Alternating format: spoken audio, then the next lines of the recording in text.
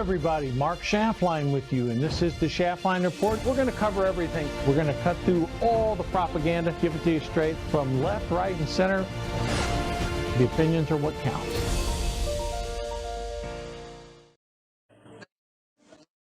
Hello, everybody. Mark Schaftlein with you, and happy weekend. Boy, what a tumultuous week from events across the country, international, the political race. We're going to have it all covered for you this weekend. And, you know, we have a very special guest with us today.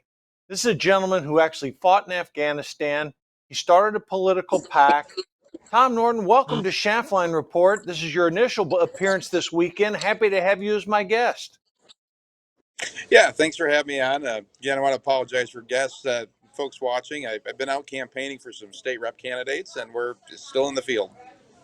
Hey, Tom, listen, you never have to apologize for campaigning for anyone because we need more people in this country like you because, folks, this election, regardless of where you're at, is going to be a very, very close election. We're going to dive into that a little bit later in the show.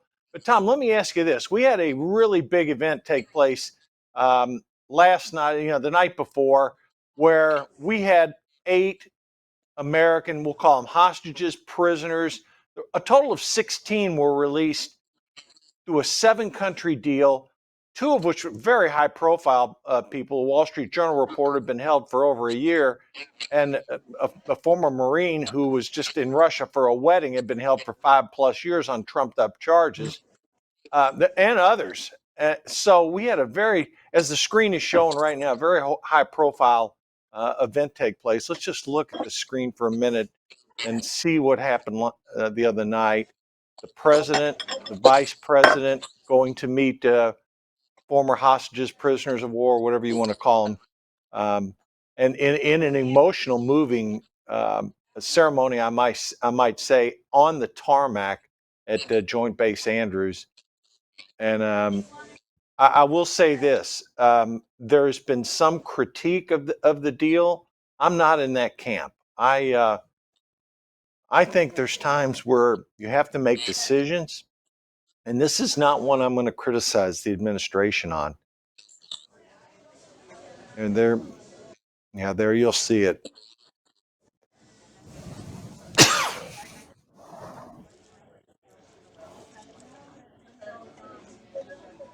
Very solemn moment here.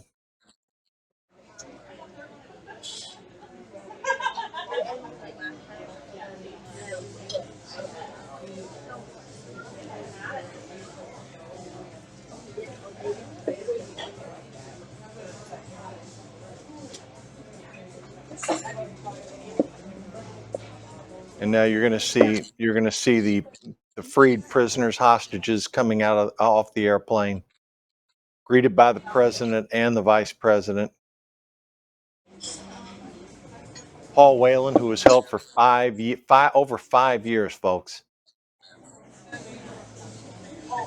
unjustifiably, trumped up charges. Can you imagine that? You go to Russia for a wedding, and they end up putting espionage charges against you. There's with the vice. I think that's with the vice president. Yes. Tom, please chime in here. I mean, you've served our country overseas. What were your thoughts as you saw this taking place? Well, the biggest thing is we do have to some extent, when you're dealing with Russia, prisoner exchange is something that's happened before, especially when you're at a kind of an aggressive stance with Russia, like we're already at internationally. So it is a good thing when we're actually getting some of these guys back on their.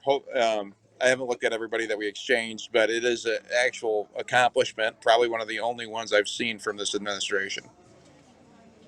I'm in your camp there, Tom. I mean, look, some people have criticized this action. I am not in that camp.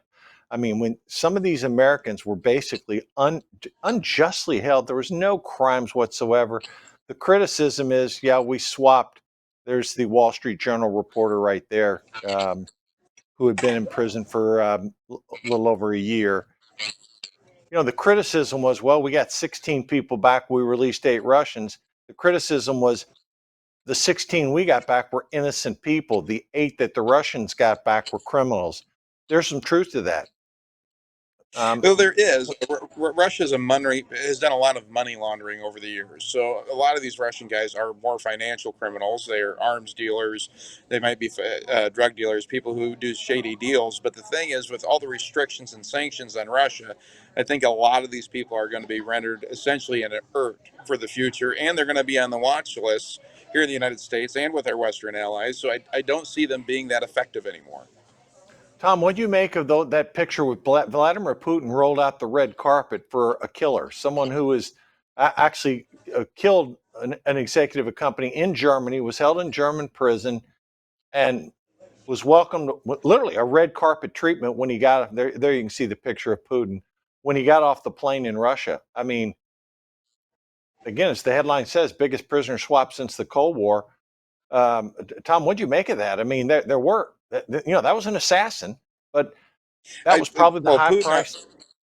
Go ahead. Putin likes to reward his assassins all the time. We know that Russia has notoriously killed people worldwide with poisons, different types of things. We had that probably when Obama was president. They took out some people in Britain. That made national news. A lot of people may have forgotten about it. So, this is a common strategy for Russia. The only advantage we got is he might have got one of his guys back he can celebrate, but they're going to be ineffective internationally to do the same thing again. And if they go out and they start talking that it was a government job, Russia will kill him anyway for us. He might celebrate him today and put him in prison tomorrow. So we don't even know how long they're going to be celebrating the guy for. Yeah, Tom, that is a really good point. You know, I mean, Harrison Biden meeting him at the airport is going to be a little bit of a political bump, I've got to think, for the vice president, who's now at the top of the ticket. But Tom, this thing, according to media reports, that this literally was negotiated over the course of a year.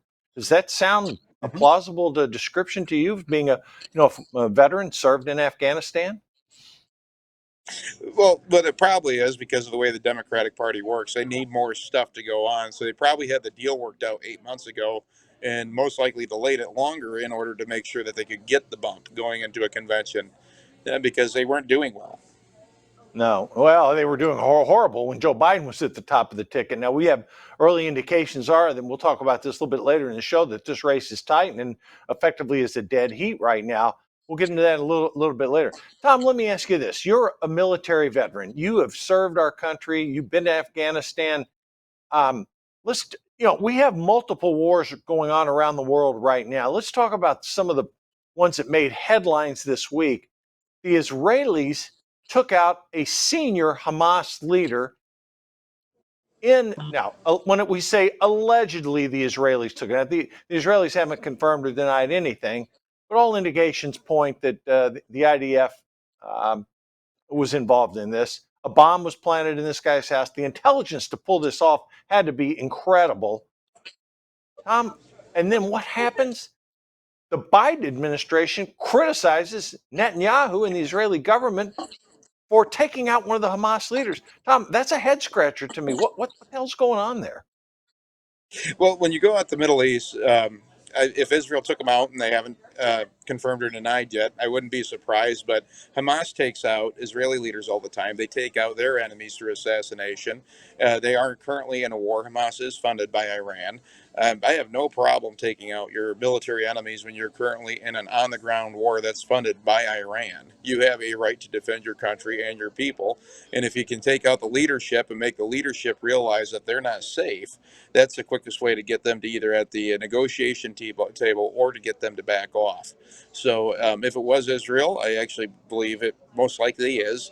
They are taking a tactic that will actually force these guys to come to the table because if they're not, it's one thing. Let me phrase it this way: it's one thing to send somebody else to die for your cause. It's another thing when you know that you can die for that cause. And a lot of these leaders are cowards, and what they want to do is make sure that they can realize that they are in trouble, they are in danger. And I think that will actually help Israel bring them to the negotiation table for a solution that will defend Israel. Tom, how do you assess the war? Israel's really fighting a three-front war right now. They're fighting in Gaza against Hamas. They're having to deal with Hezbollah in Lebanon, and we saw earlier this week 12 Arab children were killed, by a rocket attack. And then, of course, you have Iran. You know, Israel's getting a lot of criticism in this country, but my goodness, they're fighting three enemies at the same time, Tom. They are, and that's one of the biggest things they have to do. They're going to have to fight and defend themselves. And you got the sliver of democracy there. You got the sliver where people are represented. These wars weren't started by Israel. They were started by Hamas and these terrorist organizations going in and killing kids in schools, taking prisoners, taking hundreds of hostages, killing innocent people. And you get the left in this country that thinks that it's all Israel's fault. They didn't start it. But when you sit there and you have a bully that starts a fight with you, you make sure you take him out. And I think the Israeli people are probably tired of being the end of a victim, at the end of being victims. And I think that's where their biggest problem is. So what they're trying to do is they're fighting and defending themselves. They're just sick of it. I wouldn't want to be living under threat of terrorist attacks 24/7 like they are. So let them fight all three wars, get out of their way, and let the Israelis take care of it. Yeah, Tom, I don't have a doubt in the world that the Israelis can take care of themselves. I mean, they have issued a stern warning to the Iranians not to do anything stupid. The Iranians have said that they are going to launch a retaliatory strike against Israel. But here again, Israeli technology from a military basis, Tom, from what I've seen, it's second to none anywhere in the world.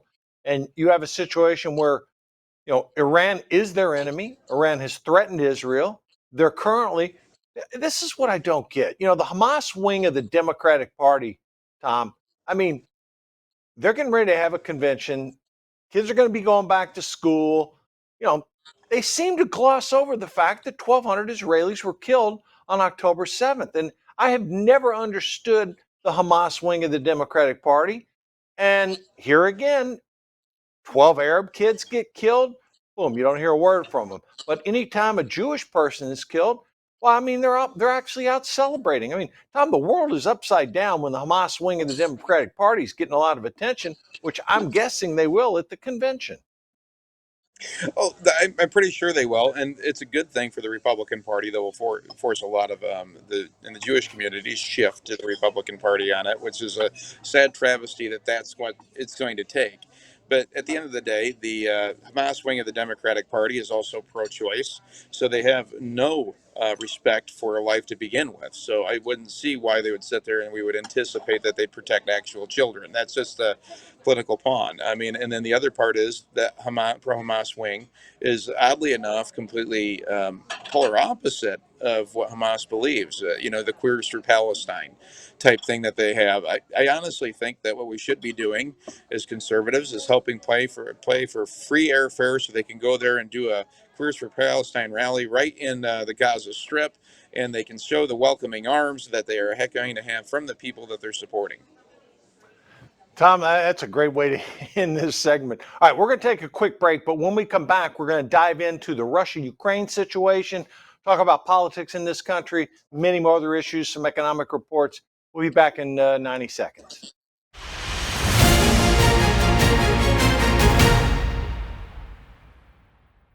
Sounds rolling. All three cameras. We're good. Is there any regrets that you have in life? I should sit here and say, yeah, I got a lot of regrets. But when I look back on my life and I understand the lives that were lost, I mean, I'm sitting here with you. And I can tell my story. Former National Security Advisor, Lieutenant General Michael Flynn, pleaded guilty today to lying to the FBI. He was one of the most respected generals in the military. He was, by definition, the most dangerous possible person for Donald Trump to hire. Really brilliant military career, serving 33 years. Why was he being so elusive? Mike Flynn told the truth and faced life in prison. Every American needs this historical DVD keepsake. Flynn delivered the truth, whatever the cost. Hand signed by General Michael Flynn, one of America's most treasured military heroes. Order now at the Patriot TV store. Go to Patriot TV, click on Store, and grab a once-in-a-lifetime chance to own a treasured piece of American history. And get your own personal download link to watch America's most talked-about movie, as well as a DVD hand-signed by General Michael Flynn. Use promo code PTV at checkout to get special savings. The Patriot TV Store. Incredible savings and a secure, hassle-free shopping experience.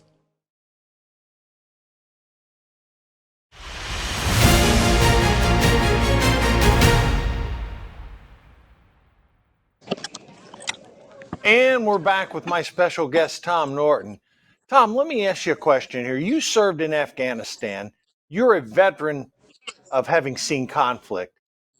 The Russian-Ukrainian war now has gone on in excess of 2.5 years.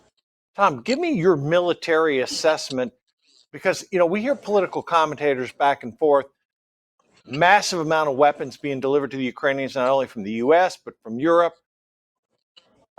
The casualty rates are staggering. But as a military man, give me your assessment both from Ukraine's point of view and from the Russian point of view. Well, from the Russian point of view, if you're going to look at them, I was in special, I did a S3 and I was in the SOCOM attached. So the Russian side, what they're viewing it as is an assault on their country from the West. It would be the same thing as somebody attacking or the United States engaging in a war, let's say, in Mexico. We're not going to go with war with Mexico, obviously, but then the entire world supplying them, equipping them, everything else. The United States, we would be very hostile, we'd be upset, we'd double down. So this war has united the Russian people overall. That's why you don't see these massive protests across there that the news tries to make it look like there are. They're just not to that degree.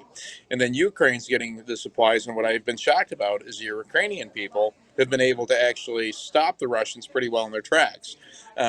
Sending the equipment to Ukraine, the United States has way overspent our money. We don't have the money to fund a war like that. We should have done a Lend-Lease program with our old equipment out of the gate if we were going to support them, and let them continue to fight there. I mean, it is their war at the end of the day. It's a border dispute at what they're at. I mean, there is no argument that Russia's going to make it across. If they can't get across Ukraine, they're not going to get across Europe. It's just not going to happen.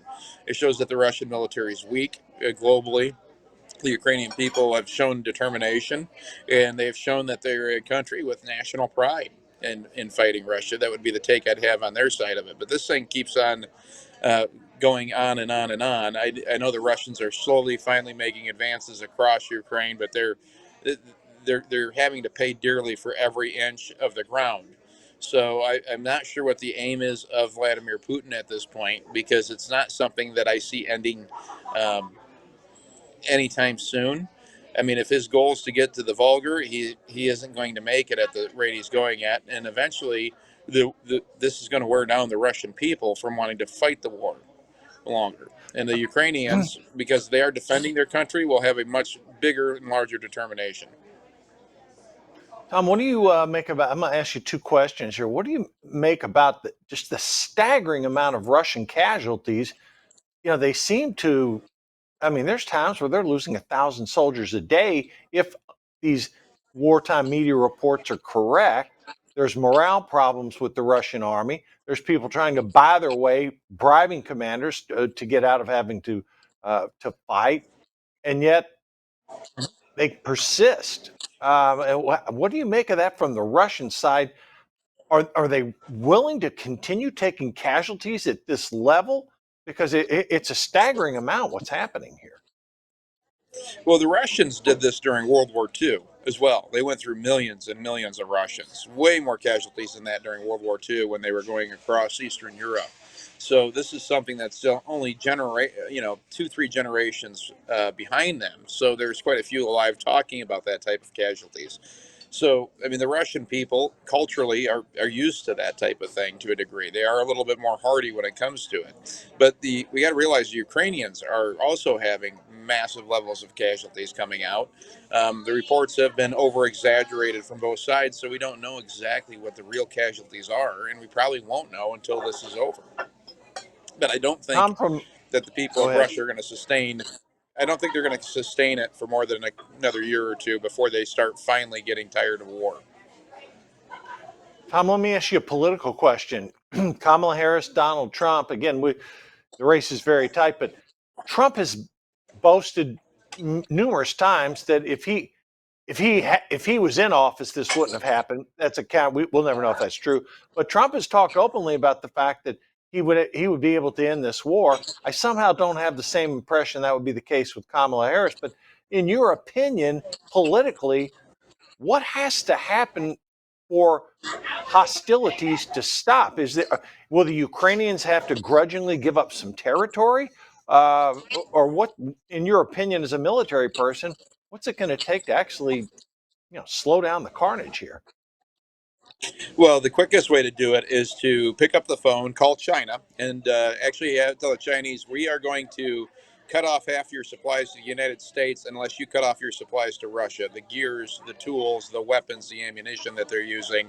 And then you would bring Vladimir Putin to the negotiation table right out of the gate without Ukraine surrendering territory. Russia is only being able to continue this war through purchasing Soviet area designs China still constructs for older tanks, older weapons, older pieces of equipment. So because that is where their push is at, that is where we have to start the negotiation, is right there with China and even Iran, who manufactures that type of stuff. But China being the big one, got to remember at the beginning of the war, Russia couldn't get bearings for their tanks. And then Right. China stepped in and supplied these bearings, supplied the equipment, supplied the weapons, supplied older tanks back to Russia. And so if China cuts them off from their supplies, they don't have the industrial infrastructure to continue. So that's how you bring them to the negotiations table politically. And I mean, it's very obvious that Kamala Harris and Joe Biden have a lot of business ties on there. They're bought and paid for by China. We've seen memes online, cheap Chinese knockoff, and that's why they're not going to be serious about bringing Russia to the table. If they wanted to end this war, they could have done it the day it started by doing that. What about the North Koreans, Tom? They're also supplying weapons to the Russians. Well, their stuff is old. It's like kind of going to a junkyard for used parts. Okay. Okay. All right. So, all right, let's shift subjects here. I want to go back, and again, I'm going to borrow on your military expertise here, Tom. The assassination attempt on Donald Trump. What is going on with the Secret Service? I mean, you're seeing testimony before Congress, pointed questions are being asked, and I go back to the basic point. What did they know, and when did they know it? What assets were used? What assets were not used? And Tom, I get the impression that, to be generous here, the Secret Service is stonewalling Congress on some of these answers. This is almost like the magic bullet theory. I think to cover this one up, they might finally tell us who killed Kennedy. So, I mean, the problem that we have here is this looks drastically like I don't like conspiracy theories, but it does look like a setup from upper leadership, because who cut security in half for a presidential candidate that consistently has 3,000 to 10,000 people at rallies without movie stars all by himself? I mean, Donald Trump doesn't have to bring movie stars like Kamala Harris to pack an arena with free tickets. People show up to see him without any of that fluff. Why would you cut the security in half 2 days after a presidential debate that was that bad? I'm sorry, but to me, this looks like an actual. They may not have been involved in the conspiracy to assassinate him, but what they did very clearly is create the opportunity for it to happen. I think that's a really good analogy. I mean, I'm sitting here thinking about this, Tom. A 20-year-old kid who was more technologically savvy than the Secret Service. I mean, he was able to get up on the roof. We've seen the pictures of him, moving like a snake on top of the roof. We're well aware that prior to him going up on the roof, he actually ran a drone over the site. I mean, I was sort of shocked to learn that the Secret Service didn't have drones over the site while this was going on. I mean, that alone probably would have picked up the shooter.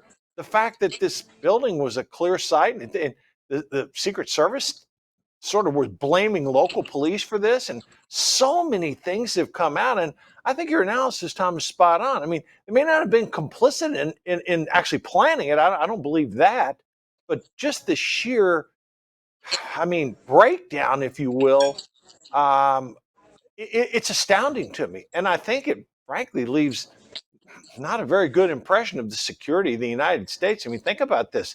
There's drones that can actually weaponized drones. I mean, the Russians have experienced this in Ukraine where they've been hit by these things. I mean, am I going too far on this one, Tom, or was security that lax? Well, it's cutting it in half. When you cut manpower in half 2 days after a presidential debate, you're instantly creating the opportunity. Okay. The other part is listing out the schedule where they're visiting earlier than normal is also creating the opportunity. I think what the goal was here by whoever cut their security in half, because that's the real question, is you have to look at it. I do think the Democratic Party, at least upper leadership, had an involvement in cutting that security. They're the ones who called the shots on Secret Service, with them being in the administration. 2 days after that debate, they knew that they were going to replace Joe Biden. So when you replace Joe Biden, the concern is, how is it you make sure your guy wins? Well, you need their guy to be replaced too. Well, you can't be involved in the conspiracy directly, because all of a sudden you got Richard Nixon type waves. So cut the security in half, and we're not involved. We're cutting the security in half to go protect Jill Biden in Michigan, allegedly, who can't draw a crowd of more than 30 people. You can use your basic security detail where she was at to protect her. So it's unique that they would sit there and move and shift these types of things. What's going to happen in these hearings, Tom? Because, I mean, are we ever going to, I shouldn't say are we ever going to, I think we will, but what's it going to take for the Secret Service to restore its credibility? I mean, the Secret Service falls under Homeland Security, and that's the infamous Mr. Mayorkas, who's ultimately responsible for that. And based upon what he did at the border, that what a mess that is. So what can they do to restore credibility here, Tom? I think they'd have to be honest, transparent, actually release stuff, say, hey, we messed up here, this is where it was. Probably admit who called the shot on cutting security in half. That would be probably the steps forward they would need. And those people should be held accountable. Yeah, I agree. I agree with you. Ron Rowe, who's currently acting director of the Secret Service, he's saying things on media outlets that, we're going to be transparent. But again, when people get up to testify, they're getting half answers. So, I don't know. I mean, I just hope this happens because, look, Iran has already said their goal is to assassinate Trump. After this person failed, there will be copycats out there, because there's a lot of deranged people in this country, on both sides. So for President Trump's protection, Vice President Harris' protection, this is an issue that should unite the United States. We want our political leaders safe. We may not agree with their policies, but boy, we don't want something to happen to them, because that bullet had gone a quarter inch the wrong way. No telling, this country could be in tremendous upheaval now. Hey, Tom, we're going to take a mid-course break here. When we come back, we're going to talk about some of the events. We got some big economic news this past week. We got some political news. We're going to dive into that with Tom when we come back.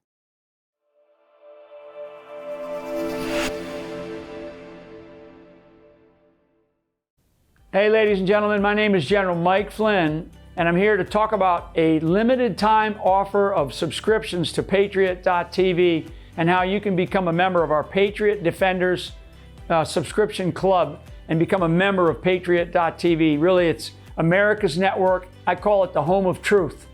And you can do that for only $9.99 a month. It's a great deal by itself, but what I'm going to walk you through here in these next few seconds is a couple of package deals that we have that are unbelievable. The next membership was the annual membership at $99 that you can save. Right away, you save $20 if you come in at the annual subscription rate. The best deal that I think that people ought to seriously consider is the 2-year membership at $159. And it includes a special edition of my recently released documentary, Flynn, Deliver the Truth, Whatever the Cost. So along with the 2-year membership, the 2-year subscription will send you a DVD combo of the film, plus an option to stream the movie online, as well as exclusive interviews of Tucker Carlson, Devin Nunes, and myself. So go to the home of truth, right? Go to Patriot.tv today, sign up, seriously consider the 2-year subscription rate. It's an unbelievable savings. I think it's a total savings of about $70 from just signing up on a monthly or a annual basis. So thank you very much for your support. Patriot.tv is America's new network. Thank you.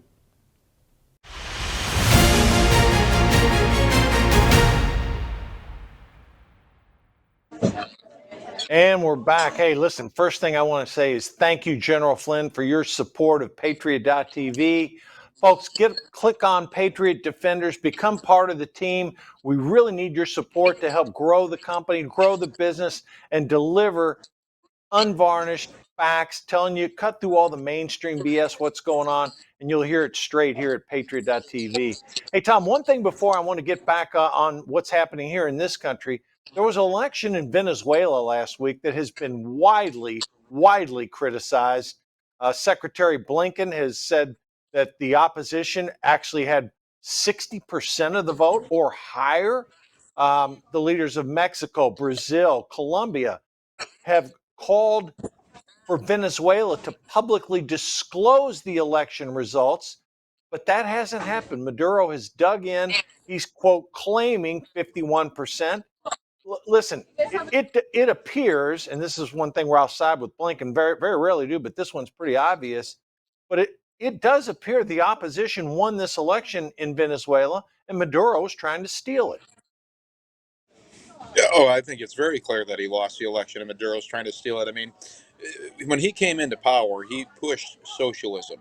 He removed Second Amendment rights in Venezuela. And this is where the Democrats have to realize the point of the Second Amendment in any country is to defend the people's right to vote so that the government is scared of its people, not the people scared of its government. With Maduro, what he's doing here is he's trying to hang on to power through the military. So the old adage is, kiddies, you have to remember you can vote your way into socialism, but you're going to have to shoot your way out. Stands completely true again, even here. So, but the other part that I find interesting is watching the Democratic Party say that they want to see the election results and want a full audit. So at least they're finally agreeing with us on something. Isn't that ironic, Tom? I mean, you can't make this stuff up, folks. But again, Tom, and this doesn't even appear it was a close election. I mean, there were some reports that the opposition got as much as 65% of the vote. Well, yeah, I mean, Venezuelans, that was an economic powerhouse in the early 2000s. It was a beacon in South America for capitalism.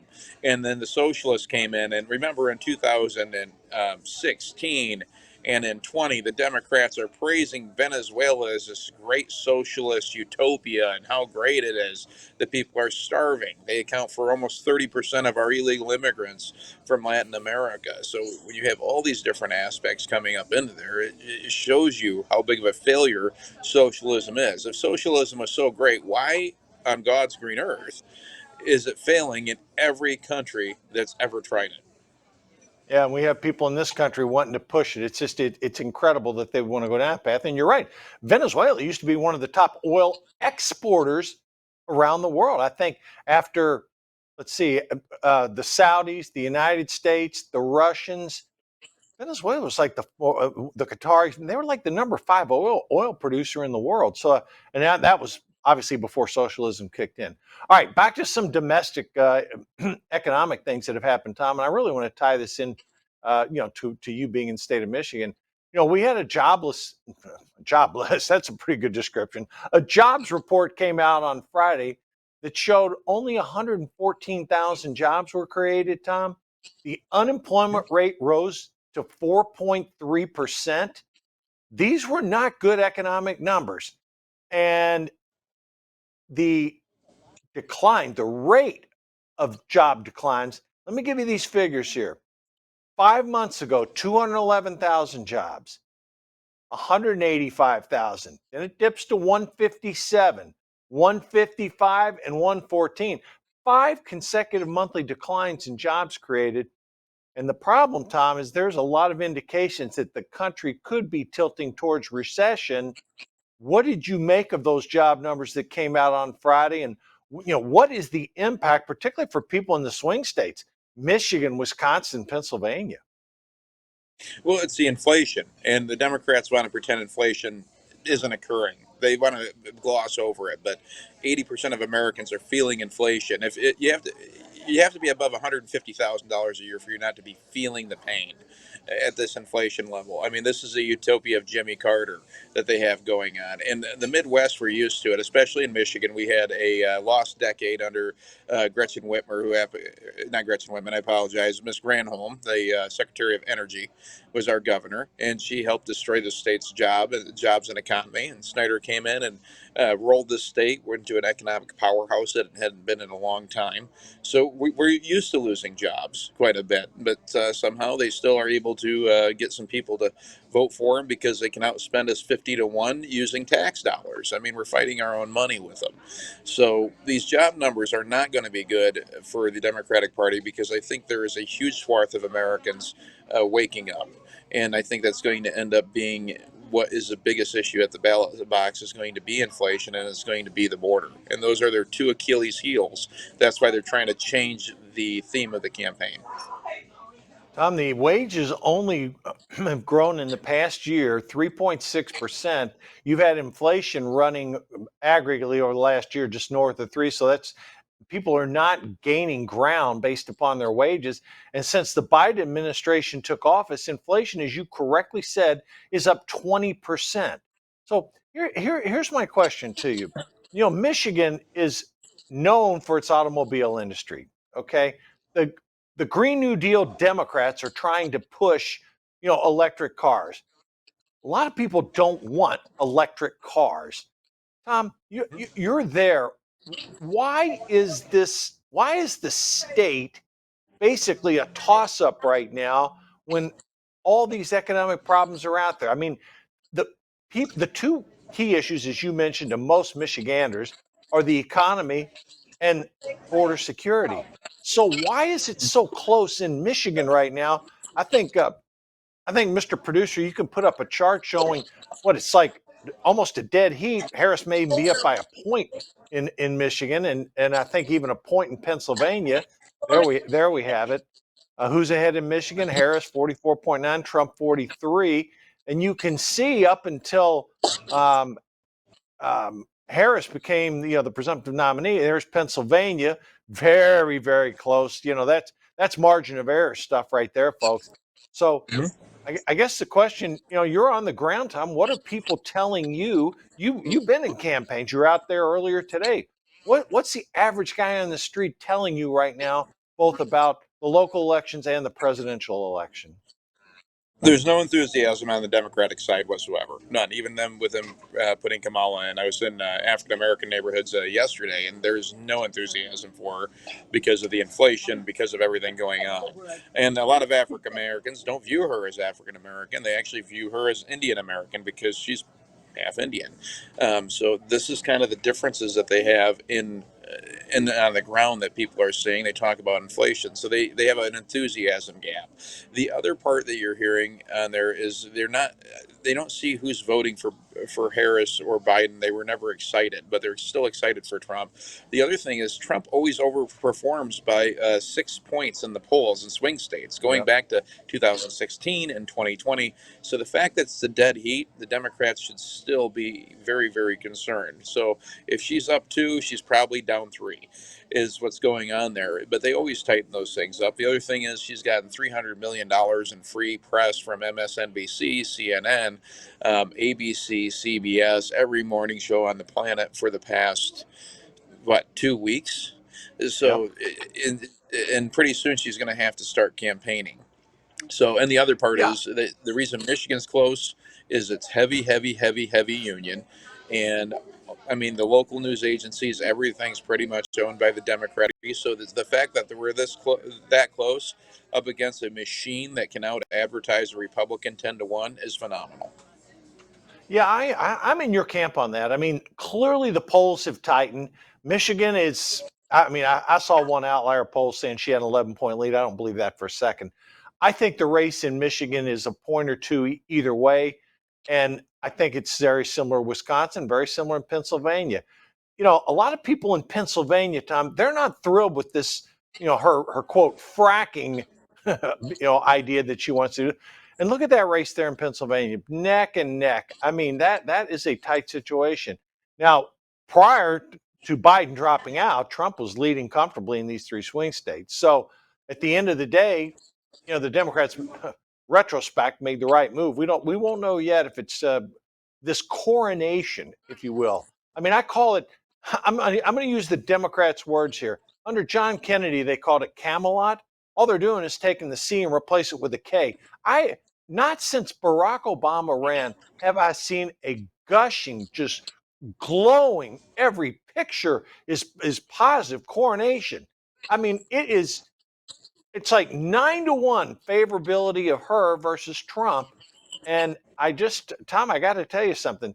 I think at the end of the day, they'll have their convention. She may get a little more bounce, but I do think at the end of the day, this thing settles back into a race based on the issues. Because right now, a lot of, quote, Democrats who were not enthused about Biden are coming back to Harris.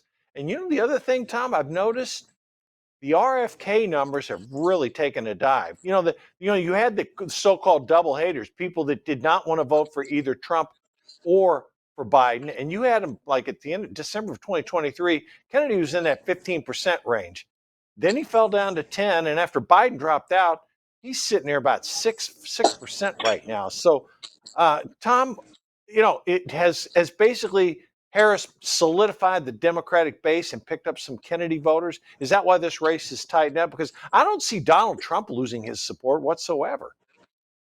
I don't either. Actually, I think one of the best strategies that Donald Trump could do right now is put Robert Kennedy on the debate stage with him. That would be great if they could allow it, but with Kennedy sitting there at 5%, I don't think the networks are gonna go down that path. That would certainly been a help to Trump, but I don't know. I don't see that in my crystal ball there. But strange things have happened in politics, folks. So we never know. All of a sudden, Harris had all this momentum coming into Friday, and then this jobs report came out, and the stock market was down Thursday. It's down again on Friday. So there have been so many twists and turns, Tom, in this election. We're going to get the vice president coming up pretty soon. You mentioned your governor, Whitmer. Well, that's another one. They speak glowingly. I mean, she's like on Mount Olympus. But what's the real story with Whitmer in your state? Well, we nominated very weak top of the ticket governor candidate. She wasn't a great candidate. She's a great person. She's a friend of mine. But she just was not a good governor candidate. And Gretchen Whitmer, we should have been campaigning on the fact that she put sick people in nursing homes, and she killed 5,000 to 6,000 more people in nursing homes during COVID than most governors. We had massive amounts of people dying. We were leading the country in the top 5 for COVID deaths because she was putting 6 people in nursing homes. And you don't even have to go to medical school to realize that's not a bright idea. And that's something the Republican Party really failed to send home as a message. So this is something that's going to be a huge liability for Governor Whitmer. She's also really bad when it comes to energy policy. And if she's picked, it's going to make Michigan tighter, probably more lean Kamala here, because the Democratic base here does like her because she is such a socialist. Oh, amazing. All right, we're going to take our final break. And then when we come back, we're going to get into some detailed analysis about what happens going forward with the election. We're going to talk a little bit more economics. I want Tom to give you some background. We saw the disastrous exit from Afghanistan. Tom was there. We're going to get his perspective from someone who was on the ground. Be back shortly.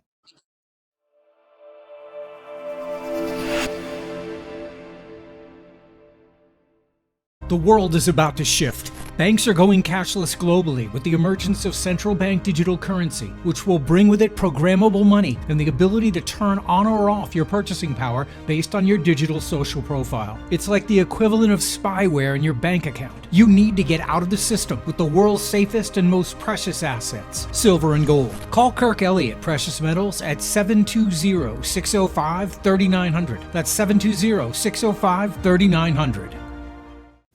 Hey, ladies and gentlemen, my name is General Mike Flynn, and I'm here to talk about a limited time offer of subscriptions to Patriot.tv and how you can become a member of our Patriot Defenders subscription club and become a member of Patriot.tv. Really, it's America's network. I call it the home of truth. And you can do that for only $9.99 a month. It's a great deal by itself. But what I'm going to walk you through here in these next few seconds is a couple of package deals that we have that are unbelievable. The next membership was the annual membership at $99 that you can save. Right away, you save $20 if you come in at the annual subscription rate. The best deal that I think that people ought to seriously consider is the 2-year membership at $159. And it includes a special edition of my recently released documentary, Flynn, Deliver the Truth, Whatever the Cost. So along with the 2-year membership, the 2-year subscription will send you a DVD combo of the film, plus an option to stream the movie online, as well as exclusive interviews of Tucker Carlson, Devin Nunes, and myself. So go to the home of truth, right? Go to patriot.tv today, sign up, seriously consider the 2-year subscription rate. It's an unbelievable savings. I think it's a total savings of about $70 from just signing up on a monthly or a annual basis. So thank you very much for your support. Patriot.tv is America's new network. Thank you.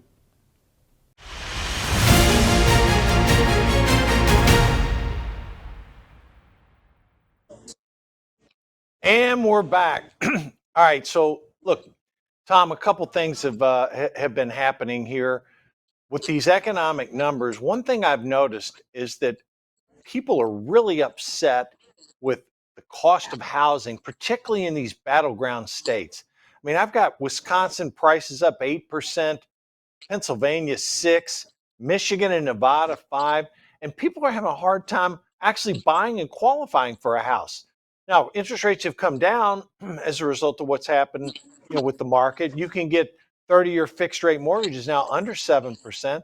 But Tom, this is a big deal economically. People in the old quote blue wall, they're not happy, not only with prices up 20% since Biden came into office, but their ability to buy a house. Is that what you're seeing on the ground too? Are people pretty ticked off about this?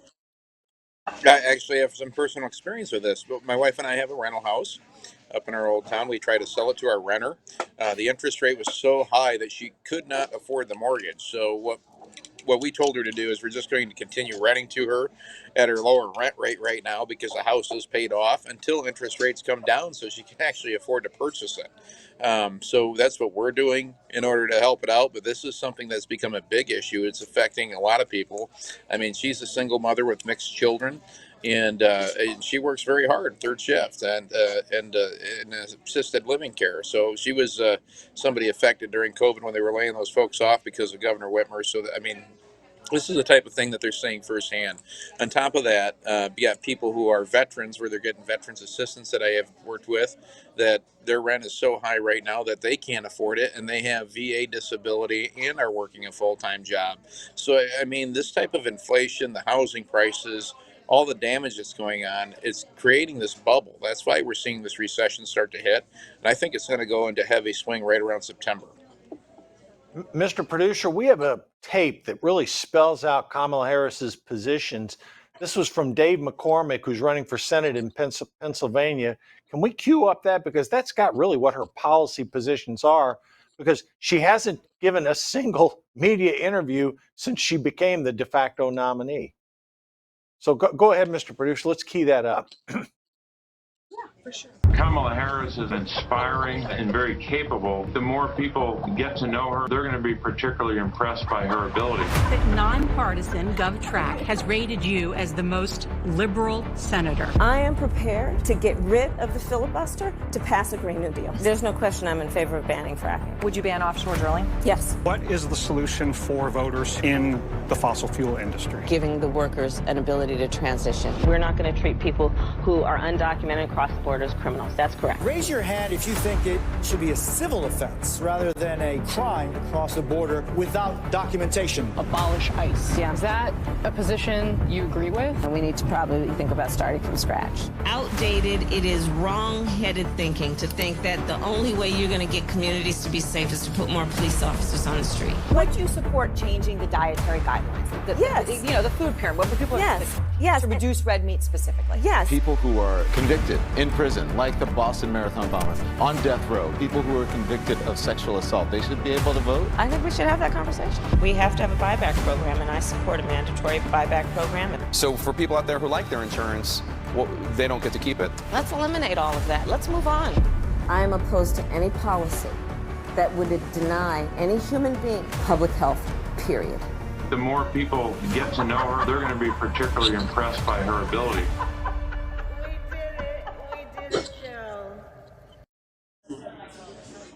Tom, that's some pretty scary position stuff. I mean, fracking, letting people out of jail, voters, I mean, convicted criminals voting, it opened the border. I mean, it's a laundry list. No wonder that Trump's out there saying she's to the left of Bernie Sanders. I mean, those are some frightening positions. When she was in the U.S. Senate, she was the most liberal. She was further to the left than Bernie Sanders. I mean, but we got to stop and look at this. Look how successful Kamala Harris was at protecting the border. So if she takes that success of destroying the border here in the United States, imagine what she could do to the economy. You know, Jimmy Carter had record-breaking inflation for 1 year. Joe Biden had it for so far 2.5 years. For record-breaking inflation. I think Kamala Harris believes she can do it for all four. I mean, it's astounding. I mean, how are you going to get voters in Pennsylvania to back you when you're against hydraulic fracking? I mean, that's a huge industry in the state of Pennsylvania. Pennsylvania produces a lot of oil. Yes, she wants to ban offshore drilling, but you know, that's just step one. Then she's going to ban onshore drilling probably. Then you take allowing illegals to vote, open borders, soft. I mean, Jesus, these policy positions, those are some frightening positions. But yeah, we wanted to play that tape because Kamala Harris has not given a single media interview since she's become the de facto nominee of the Democratic Party. No sit down, no policy positions. Tom, what she has done is disavowed some of those positions and said, well, no, you know, we are going to enforce the border. I would sign that border bill that Donald Trump, you know, forced the Republicans not to sign. Really? That bill allows 5,000 illegals a day into the country. Now she says well, I'm not opposed to fracking. Really? The environmental wackos that she's going to piss off by doing that? Allowing offshore drilling? What about the fact she was willing to get rid of the filibuster for the Green New Deal? I mean, Tom, I don't believe, you know, when someone tells me their positions, I tend to believe them. And I don't tend to believe a politician as it gets close to an election when they try to move to the center. Well, here's the thing. There's a very explicit reason why Kamala Harris is not doing interviews. One, the shifting of the positions. She couldn't control questioning at all. So, I mean, you got to realize that being cognitive does not necessarily mean you have competence. So they had Biden, that he was not cognitive, nor was he competent. Now they have Kamala, who may be cognitive, but she's not competent. That's why they aren't going to allow her to do interviews. It's astounding. And Tom, you remember when we started the program, the film that showed the vice president and then President Biden greeting the returning hostages, prisoners, whatever you want to call them. Well, I got to tell you something. Have you ever seen Joe Biden look as bad as he did in that? I mean, I was like not embarrassed. I was just sort of sorrowful for the guy. I mean, he did not look good in that picture. This is elder abuse by the Democratic Party, is what this is. They need to invoke the 25th Amendment because of the strength of the country. That's going to be the Democrats' next trick in September anyway. They're just waiting they're waiting for Kamala to fall in the polls again, because she will once they start talking about policies, and then they'll have Biden step aside, throw her into the role to try to shove her up in the news again to increase her poll numbers. That's exactly what the Democratic Party is going to do. This is essentially, we have a presidency that's weekend at Bernie's. Oh boy, I tell you, you're right about that. Tom, we got a few minutes left. I briefly want to go back and this is something when I realized early on in the Biden administration that we really had someone incompetent in the White House, and that was that exit from Afghanistan. Tom, you served in Afghanistan. For the benefit of our many listeners and viewers, can you describe your experience there and what were the emotions you felt when you saw those planes leaving in that hastily exit plan that left billions of dollars of equipment, you know, cost the lives of 13 American service members? Give me your thoughts, emotions, what it was like when you were there in Afghanistan. Afghanistan, there's an old adage that a lot of veterans had was on the seventh day, God rested. Well, when he got to Afghanistan, he said, blanket, I'm tired. And hasn't woken up yet to finish it because Afghanistan is very hot, a desolate place. You can experience every form of weather in a 24-hour period if you're next to the mountains, from 120-degree weather to 35 degrees at night with snow, and then rain mid-morning for no reason, and then it's back to hot, and it stays that way for 90 days. So it's a very desolate country there. The culture has been broken down by centuries and centuries and centuries of warfare. The United States never had a policy of actually building that into a country. And we tried to enforce an American concept on it when that nation is really a confederation. That was the only form of government that was going to work there until they had a national identity. But the withdrawal was so bad that it was ridiculous. So the order of how you do a withdrawal is you withdraw primarily the majority of your equipment, the majority of your civilians, and then you leave a nice big enough contingency to withdraw everybody else, and you do it in an order. We knew we were leaving, and instead we sat there and left everything, did no order, and now what they have been doing is the equipment we left there has ended up in the hands of Russia. They're re-engineering it, ended up in the hands of China. They're re-engineering it because Afghanistan, their enemies don't need new modern American equipment. The old 1950s Russian equipment is good enough to help sustain basic population that's not equipped or armed. So they're trading our $80 billion worth of stuff for a lot more equipment and to maintain a military presence and control over that country. And that withdrawal, heart has to go out to the kids and the women there because they do stone them to death. They do sit there and treat them like they are essentially property, and that is going back essentially to the dark ages of mankind, is what you left it to, as a society. And the Democratic Party doesn't want to talk about that. But the emotions with a lot of veterans is that they felt like they threw years of their life away because there's a lot that deployed, 2, 3, 4 times to Afghanistan. So there's a huge segment of their adult life that was just washed away from it. And I feel even worse for some of the Vietnam veterans who had their kids and sons go there as well, because they got to relive that twice. Wow, that's amazing. Tom, we got less than a minute to go. Talk about the America PAC. You're chairman of it. Describe for our viewers what you're doing with the America PAC. So the AmeriPac, what we're starting to do is we're getting ready to build the website even further. You can go to it, sign up for our emails, but we're going to be raising money specifically for candidates that are going to back the Constitution, for strong borders, fair trade policies that benefit Americans, and actually enforce every amendment of the United States Constitution, whether folks like it or not, from the First Amendment all the way to the 23rd and going all the way through, and actually making sure that enumerated powers are protected. The America PAC is about restoring the actual principles of what it means to be an American, where you have private individual freedoms, where you can speak your mind, freedom of speech, the right to assemble, right to keep and bear arms, the right to due process of law. I mean, the Democratic Party has completely annihilated that, and they've turned our courts into a political weapon, just like communist Russia did. And we need to make sure all of those rights are continued and restored. Tom, we're out of time, but it has been my privilege and honor to have you as a guest. I hope you'll come back in the future. Tom Norton, folks, and thank you for watching Schaftlein Report. We will see you next weekend. And of course, you can catch us on Election Edge Monday through Friday. Have a good weekend.